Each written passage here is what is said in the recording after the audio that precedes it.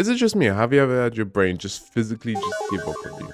Not being tired or stressed, just done. I mean, to the point where all my brain could ever do is just process the ability to swipe my thumb across the TikTok For You page. And I genuinely thought that was normal because everyone my age kind of lived like that at the time. And then one day, my brain just started throbbing. It's not been like a headache or anything, it's just having this heavy, full feeling like if it's hit some kind of mental block.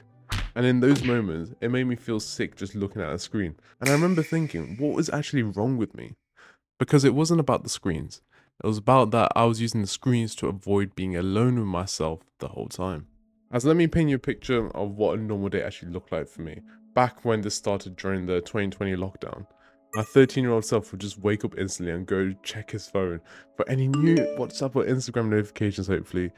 And after bed rotting to start my day, I would get on my computer, load up YouTube for some background noise basically, and play Clash Royale or Clash of Clans on my phone.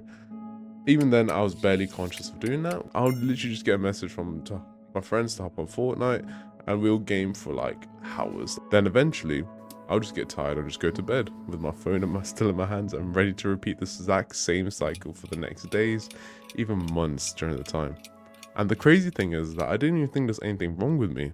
It was so normalized for me and my friend group back then, which we figured that, oh, it must be fine if we're all doing the same thing. So I never saw a need to change. But I never stopped to ask myself why it became normal or why there was no pushback against it. As here's the bit I don't really want to say on camera, but I'm just going to say it anyways because I think someone needs to hear this in that sense. As coming back to secondary school after all those months of being in lockdown, every bad habit that I picked up hit me all at once. I started to gain weight because I ate so much in lockdown, but became socially inept around those people who I usually surround myself during the times at school, but didn't anymore because of the lockdown, and got so overstimulated by the games and content that I've been consuming all that time that I couldn't even focus in class for a minute without just zoning out. To top it off, people just could actually see those insecurities on me and I got bullied for it. And I genuinely had no idea what to do with any of it because no one taught me how to.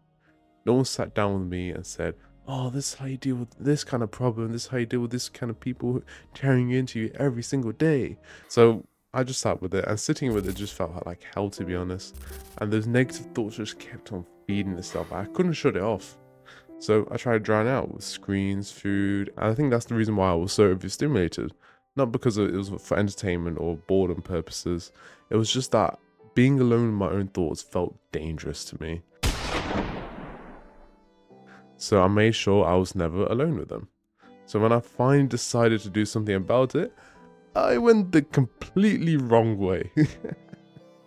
So I tried everything from firstly being parents, took away my PS4 and Wii's, then app timers limit me on Instagram and YouTube, those kind of things. Then I watched Hamza and he said to go cold turkey, quit everything completely. And eventually nothing worked for me because I was treating the byproduct of the problem, like the instant gratification, not the actual cause of it, which was the negative spiral loop that I was going on in my mind all day. Now it took me years to finally find something that actually made me see it differently. And that gap year in 2024 is when I found it. And what was different about this app was that it didn't actually just block me harder than anything before. It actually asked me a question that I never really asked myself before. Is this intentional use of the app? And honest answer most of the time, no. And that gave me that shift in perspective from, oh, I can't open this, to do I actually want to open it? Because the problem was never the willpower. It just made me pause long enough to decide if opening it right now was actually worth it. And that one shift changed everything, and everything else started to flow with it.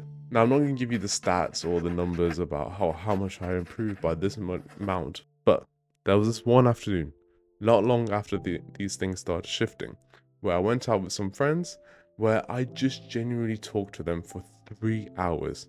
You know, just catching up with them, just talking to them like how good friends do. And I remember thinking, when did this stop being so normal for me? Because before that, I'll just zone out after a minute or so. Like, I'm still physically there, like just nodding away, but I've lost complete track of the conversation, just hoping no one really noticed. But the thing is, that afternoon, that felt different. It's hard to explain to you until it actually happens to you.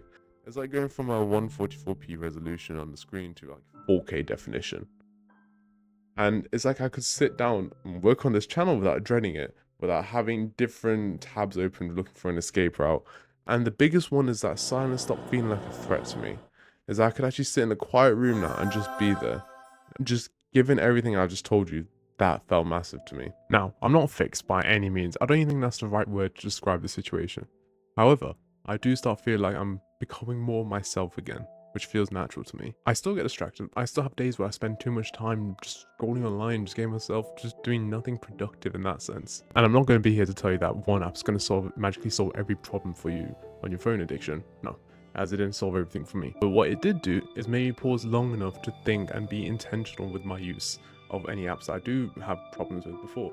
It makes me more intentional, actually value my time more in that sense. So if you've ever been that person who's struggled to sit in the room quietly and be comfortable by themselves, a question for you. What are you actually filling that space with? And why? Because for me, it wasn't boredom. It was just me running from my own thoughts and my own negative mindset at that time, where I couldn't actually cope with. And eventually that was a strange thing to really admit about from my perspective. And if any of this relates to you or feels familiar to you, comment the word quiet so I know that other people are out there who feel the same thing as me, as I spend years thinking I was the only one who goes through this kind of thing. So, and as well as if you didn't make it this far, comment quiet so I know that you made it this far. I know the real ones are staying around. So yeah, thanks for supporting a small YouTube channel like mine, and I'll see you in the next one. Go with the camera.